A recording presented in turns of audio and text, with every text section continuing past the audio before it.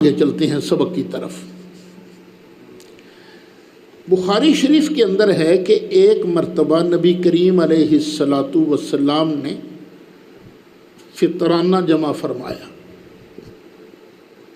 غلہ جمع فرمایا، اور حضرت ابو ہریرہ رضی اللہ عنہ کو کہا،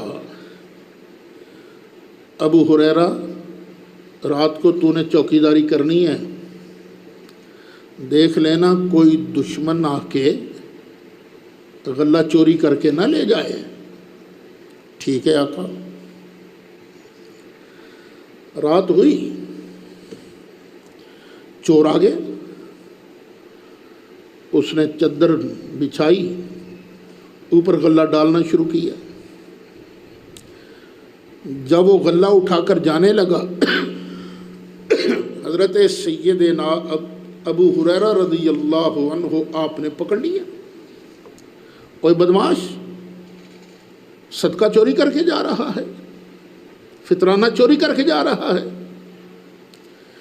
اس نے بڑا زور شور لگایا کہ جان چھڑواؤں میں، لیکن حضرت ابو ہریرہ نے پکڑا ہوا تھا۔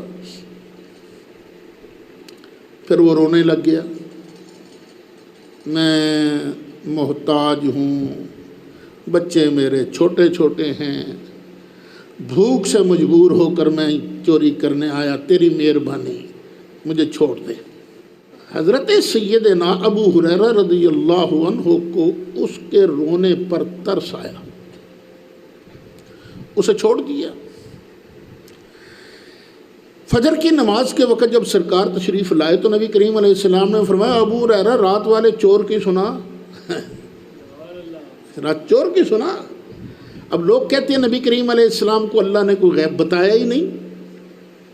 عرض کی آقا وہ اس طرح ہوا تھا، پھر میں نے چھوڑ دیا۔ فرمایا ہاں تکڑے رہنا، آج رات پھر آئے گا، پہلے ہی بتا دیا آج رات پھر آئے گا۔ دوسری رات آئی، حضرت ابو ہریرہ بڑے چوکس تھے کہ سرکار نے فرمایا ہے تو آئے گا، وہ پھر آ گئے۔ وہ پہلے دن والی کاروائی پھر دہرائی گئی۔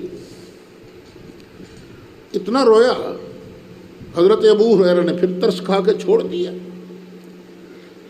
صبح فجر کی نماز کے وقت پھر سرکار کی بارگاہ میں جب حاضر ہوئے تو سرکار نے پھر فرمایا، ابو ہریرہ ذرا رات والے چور کی سنا۔ عرض کی آقا ایسے ہوا تھا، اور فرمایا تگڑا رہنا، آج رات وہ پھر آئے گا، پہلے ہی فرما دی۔ اب تیسری رات آئی، چور بھی آ گیا۔ حضرت ابو ہریرہ رضی اللہ عنہ آپ نے پھر پکڑ لیا۔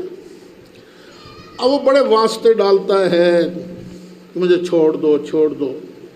حضرت ابو ہریرہ نہیں چھوڑ رہے۔ وہ کہتا ہے کر سودا میرے ساتھ۔ فرمایا کیا؟ کہنے لگا اگر تجھے مجھے چھوڑ دے نا تو میں تجھے ایک ایسا وظیفہ بتاؤں گا، شیطان تیرے پاس نہیں آئے گا۔ فرمایا کوئی ہے ایسا وظیفہ؟ بالکل ہے۔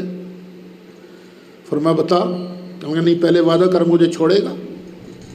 فرمایا ہاں چھوڑ دوں گا۔ کہنے لگا رات کو سونے سے پہلے آیت الکرسی پڑھ کے سویا کر، صبح تک شیطان تیرے قریب نہیں آئے گا، تو حفاظت میں رہے گا۔ فرمایا جا۔ وہ چلا گیا۔